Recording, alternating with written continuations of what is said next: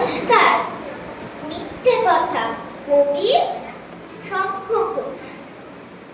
লোকে আমায় ভালোই বলে, দিব্যি চলনসই।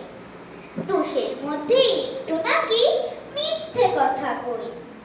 ঘাটশিলাতে যাওয়ার পথে ট্রেন ছুটছে যখন, মায়ের কাছে বাবার কাছে করছি বকম বকম।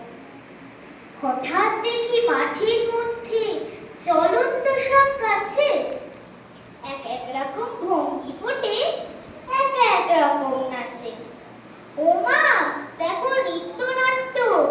যেই বলেছি আমি, মা বকে দেয়, বড্ড তোমার বেড়েছে ফাজলামি। চিড়িয়াখানার নাম জানো তো আমার সেজনেশ্বর? আদর করে দেখিয়েছিলেন পশুরাজের কেশর। কদিন পরে চুন খসানো